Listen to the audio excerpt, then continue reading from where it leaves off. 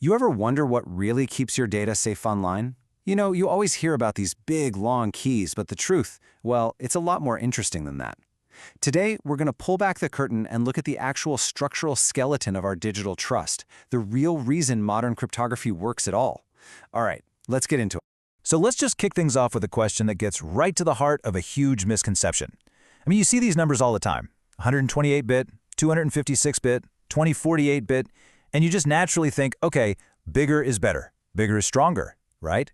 Well, it's not quite that straightforward. And here is the fundamental reason why. You've got to think of this as two completely different worlds. On one side, you have symmetric crypto, think AES, where you use the same key to lock and unlock your data. There, security really does come from the sheer number of possible keys. An attacker's best bet is just to try them all.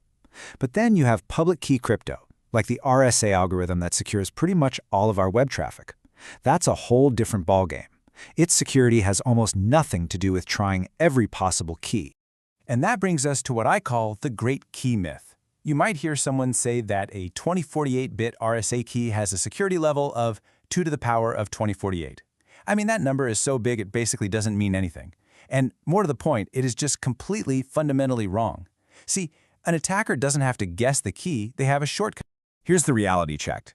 The real security of RSA is all about how hard it is to solve one very specific math problem, taking a giant 2048-bit number and figuring out which two prime numbers you multiplied together to create it.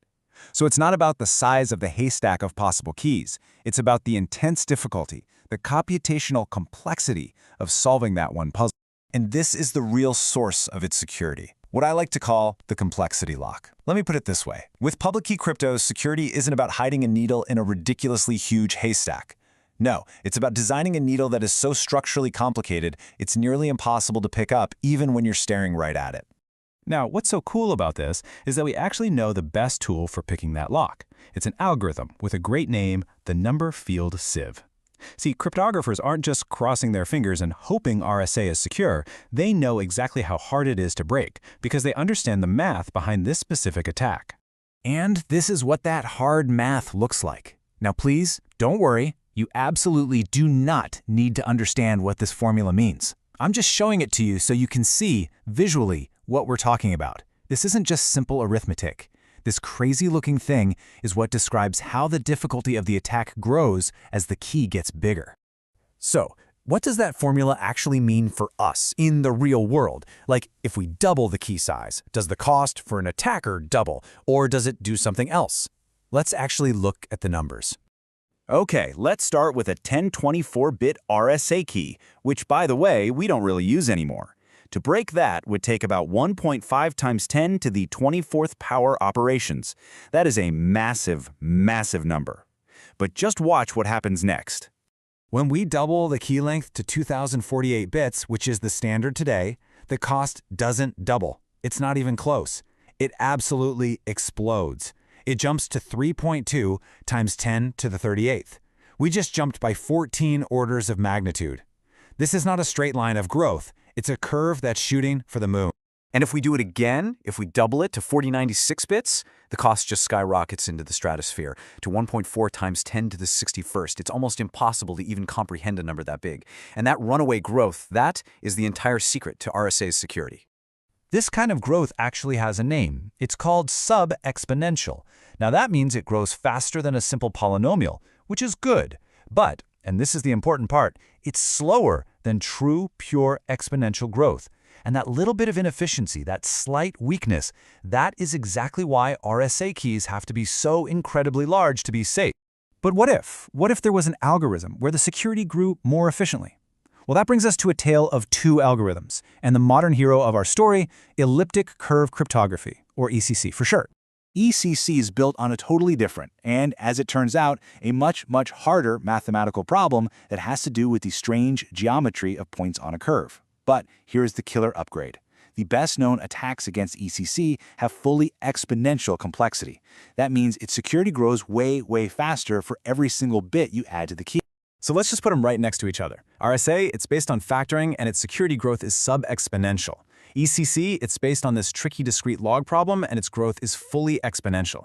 That one little difference in that bottom row, it changes absolutely everything. And this chart just shows you the result perfectly. To get the same level of security you get from a 3072-bit RSA key, you only need a 256-bit ECC key. Just look at that difference. It's tiny in comparison. This is exactly why your phone, your credit card, and modern websites are all switching over to ECC. You get the same Fort Knox-level security with just a tiny fraction of the computational work. Just let that sink in for a second. A key that is more than 10 times smaller gives you the exact same amount of protection. This isn't some kind of magic trick. It's just what happens when you build your security on a problem that is fundamentally harder to solve. It proves, once and for all, it's not the size of the key that matters. It's the quality of the complexity behind it. Okay, so all these numbers with 10 to the power of whatever are super impressive, but they're also kind of abstract, right? So let's try to translate them into something we can all wrap our heads around. Time. How long would it actually take someone to break this stuff? So, to figure this out, we have to invent an adversary. And let's be really generous. Let's say our attacker has a supercomputer that can perform 1 quadrillion calculations every single second. I mean, that is an unbelievably powerful machine.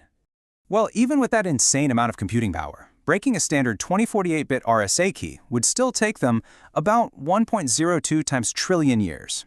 To put that in perspective, we think the entire universe is only about 13.8 billion years old.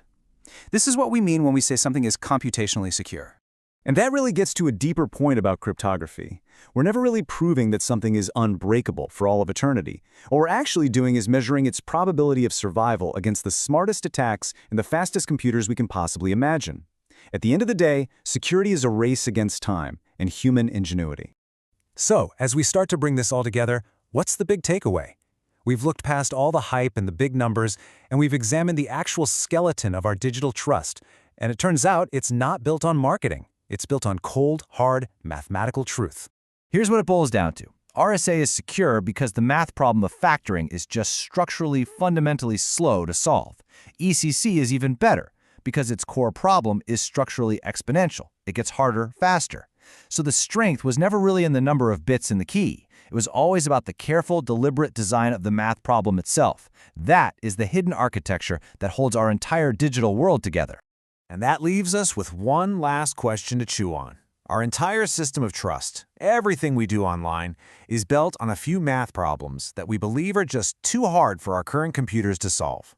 But what happens when a totally new kind of machine comes along, like a quantum computer, and completely redefines what the word hard even means? Well, that's the question that keeps cryptographers up at night.